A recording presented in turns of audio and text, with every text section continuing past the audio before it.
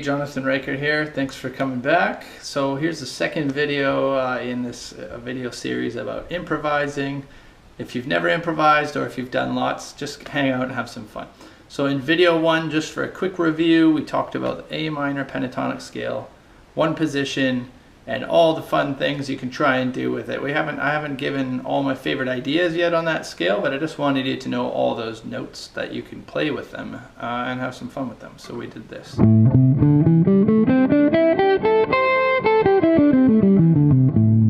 And we talked about the home note.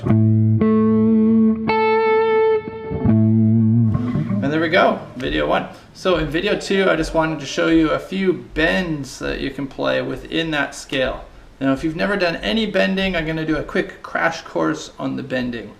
So if you're bending notes on the guitar, I suggest you spend a lot of time just picking notes anywhere on the guitar and learning how to bend them a specific amount of distance. Don't just bend willy-nilly, but for now, I suggest anyway, because you want to get the pitch right. If you hear someone play a bend and it doesn't quite get to a tasty pitch, it's kind of like listening to a singer that's, you know, they're pretty good at singing, then all of a sudden there's that one note that you're like, oh, what the hell was that? Anyway, that's my opinion. So what I'm going to talk to you about is half bend and full bend. It's a pretty easy concept. I'm going to pick for now the seventh fret of the third string. This is actually part of our pentatonic scale. And I'll show you how to decipher the difference between a half bend and a full bend. Okay, so here's my 7. Nice, tasty 7. That's a D. Can't help, but you don't have to know that. Anyway, so on 7, I'm going to do a half bend. And a half bend is going to take me to 1 fret away. That's the pitch we're going to hear. So let me play the pitch first, like this.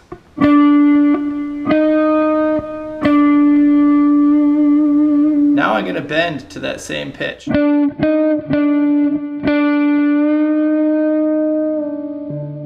There we go.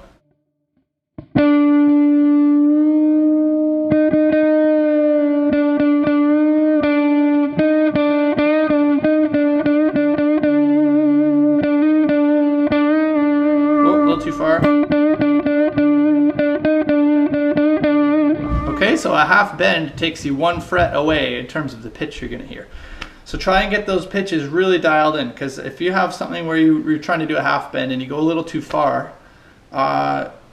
it can be okay if you go full bend, but if you're kind of halfway in between, you might get some funny looks. Who knows? Sometimes it might just work. I'm not gonna be your your mother about these bends. I don't know if you've seen the TV show Louie with Louis C.K., but there's like a little lick, I think, in the beginning of it that's something like that bend, actually. The song kind of...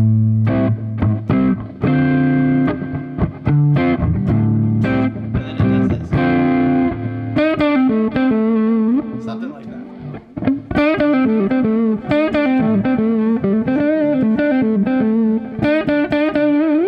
So half bend, you can kind of get the sound in your ears of these half bends. I'll play some other ones.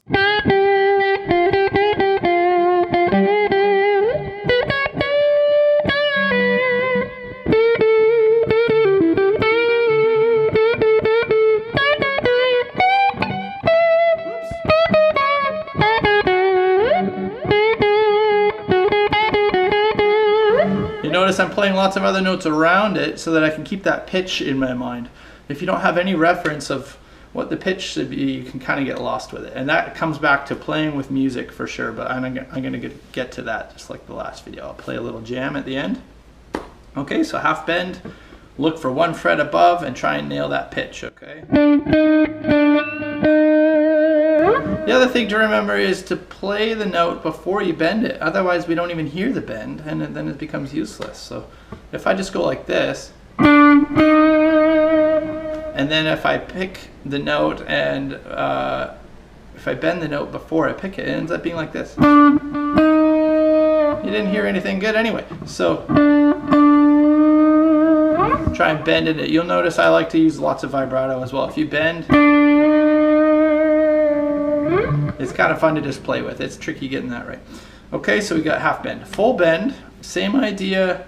You're going to bend farther, and you're going to bend to the pitch that is 2 frets away. So if I want to I'm going to pick, how about second string, 8th fret, just for reference. You can play along with me if you want. Second string, 8th fret. It's also part of the pentatonic, the A minor pentatonic scale. Not a coincidence. So you'll notice I'm going to have 3 fingers on actually to help this bend so that it's got lots of muscle and you're not going to just hurt one finger trying to bend it, okay? 3 fingers all stacked together to support this one finger, and we're going to nail this full bend. So here's my 8, here's my 10. That's a whole step away, so I'm going to try a whole bend, a full bend.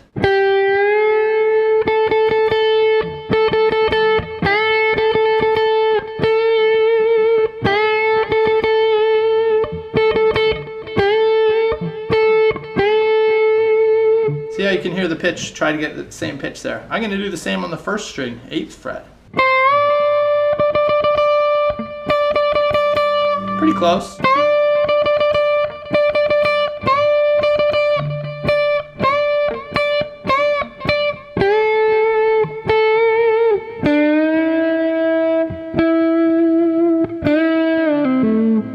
Notice before I did a half bend here, and now I can get a full bend.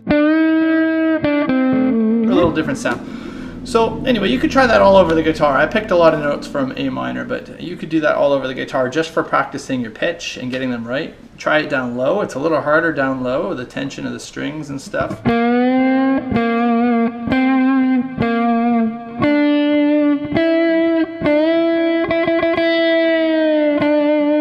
You could also bend a note silently and then pick it and have a nice unbend, like an unscoop. Something like that, pretty bluesy.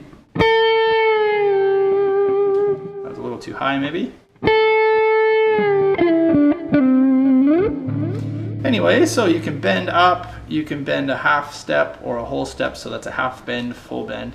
You could bend more than that, but those are the only ones I'm going to talk about for now.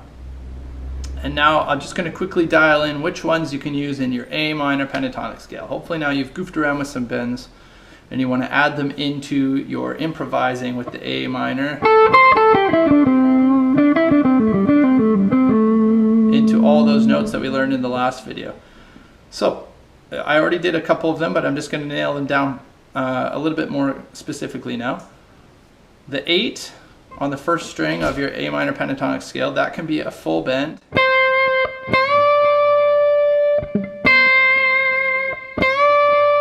The 8 on the second string, 8th fret.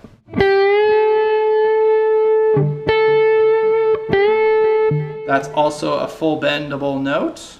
And then the 7 on the third string can be a half bend or a full bend. But I'll tell you a very specific note about that. You have to listen for yourself. If you're playing along with music in A minor and you do a half bend, you're not going to want to hold it for too long. It's going to sound a little bit off. It is part of something we'll talk about later with the blues and the blues scale. But you don't want to hang around on it too long. Use your ears to tell you if you've been on that note for too long, okay? But if you're full bending, it's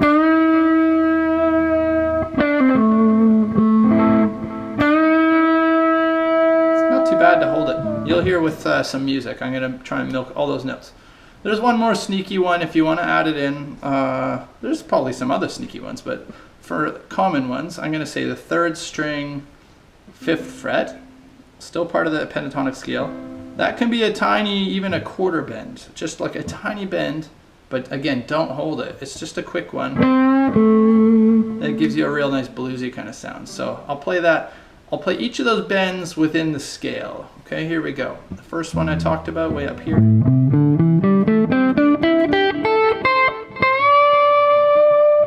And then the second string, 8th fret.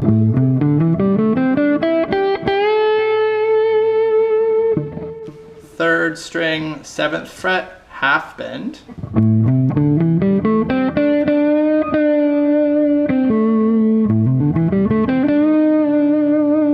Watch if I hold it too long.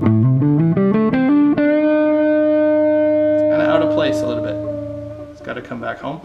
And then same fret, 3rd string, 7th fret, but full bend.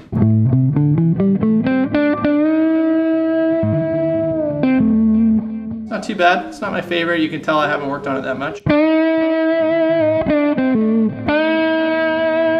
It's a little harder to get the pitch right on those thicker strings, okay? And then that little sneaky one I talked about, 3rd string, 5th fret, tiny quarter bend. It's always great to do that note and then head home to our home note here. So I'm going to do that right here. I'll maybe throw it in a scale type line again so you can hear that pitch reference. Here it goes.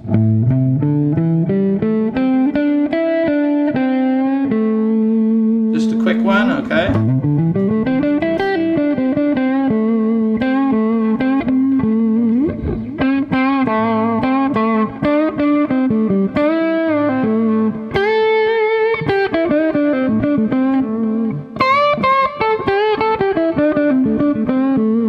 There's all those bends, okay?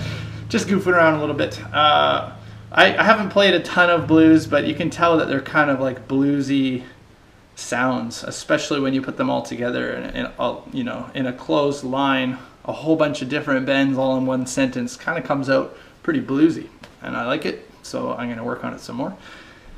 Now, there's a couple bends I personally like to use that I don't see anyone use quite as often as I see the ones I just showed you. So I'm going to show you those for bonus points, and here we go.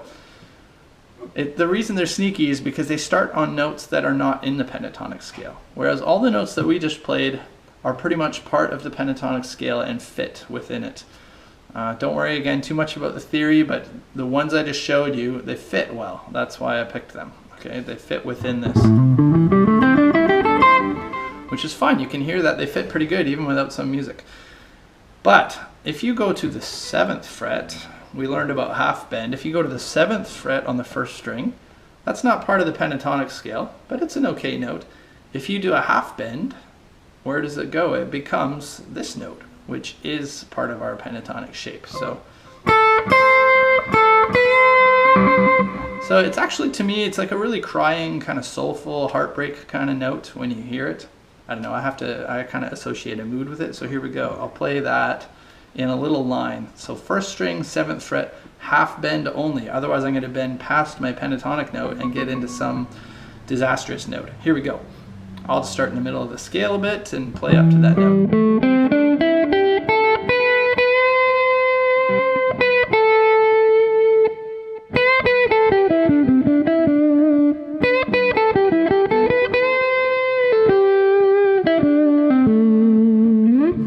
Play that note a little bit, but it's not part of the pentatonic scale. If you like that note, just play it, but it's not part of the pentatonic scale, so keep track of that. Here we go.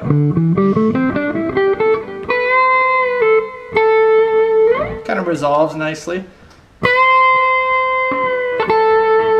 Okay, now an even trickier note, but the same idea, is on the 2nd string, 7th fret. It's also not part of the pentatonic scale. If you were playing pentatonic and you played that note, it's a little iffy.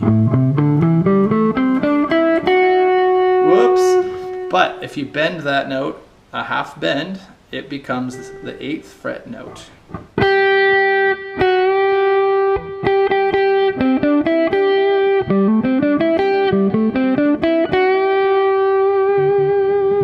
Then you can get an interesting sound out of it. So actually there's quite a few notes you can bend, mostly on the 1st, 2nd, and 3rd string I've showed you. The other strings, you could find some bends on there, but they're pretty tough to dial in, the thick strings, and I'm going to leave them for now. I'll let you experiment that.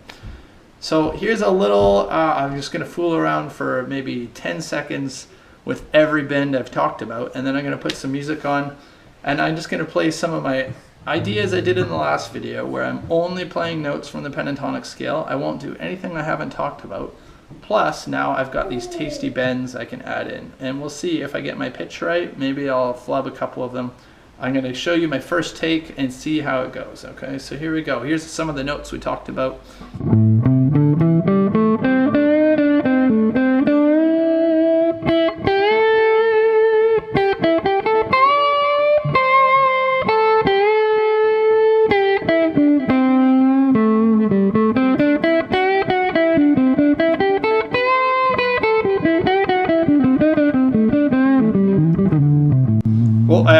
note that I haven't talked about. Okay, so there we go. Those are bendy notes. They're great. I mean, it's very bluesy, even though I haven't talked about a blues scale or anything. You can just dial in some real nice bends, and hopefully you get the idea. Half bends and full bends. I'm going to do a little jam for you. Hopefully I can keep it down to a minute and just quickly get you an example of each of those notes I just did. So if you have any questions, please send me a message. Find me on Facebook, Jonathan C. Reichert on Facebook. And just keep track of YouTube, these videos. If you want to go further, it's going to be a lot of fun. So we've learned the A minor pentatonic scale, and now we've learned some bends. You can do quite a lot with just those two tools, still staying in one position. Next video, we're going to talk about playing that in all 12 keys, okay? I promise. One more thing to keep in mind is you can also switch pickups on your guitar. If you're on an electric guitar, you can do this on an acoustic, but if you're on an electric and you got these pickups, you can switch to your back pickup and get quite a different sound on your bends. They might not be quite as round, they might be a little bit more edgy, and so feel free to try that. You might notice in the video I'm trying different pickup sounds, but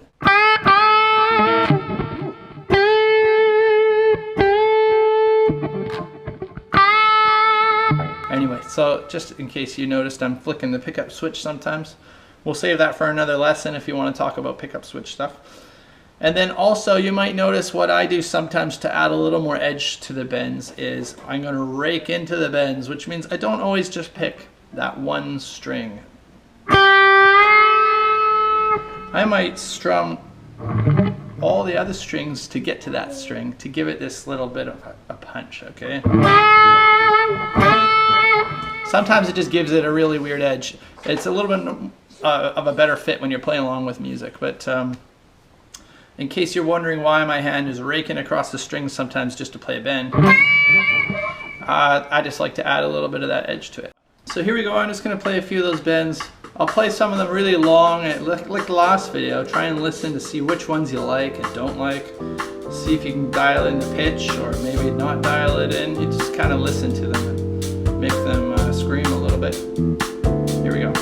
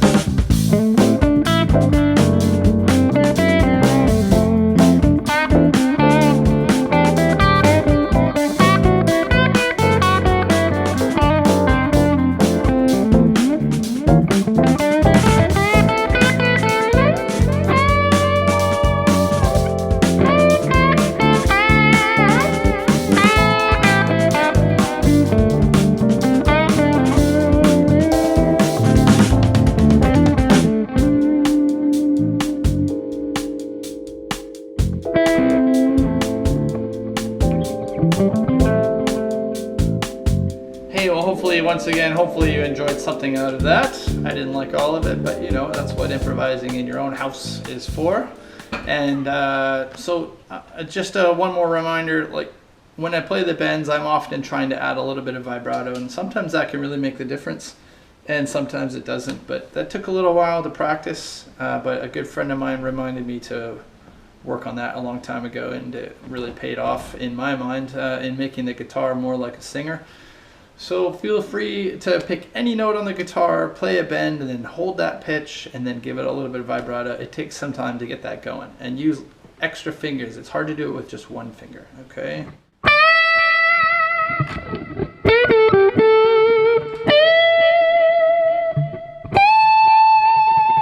Especially first string. I have a hard time getting that really dialed in pitch and then adding the vibrato. It's like by that point, the time's already gone by, so it's something that you should work on your own and playing along with music so that you get the pitch right. Okay, so have fun.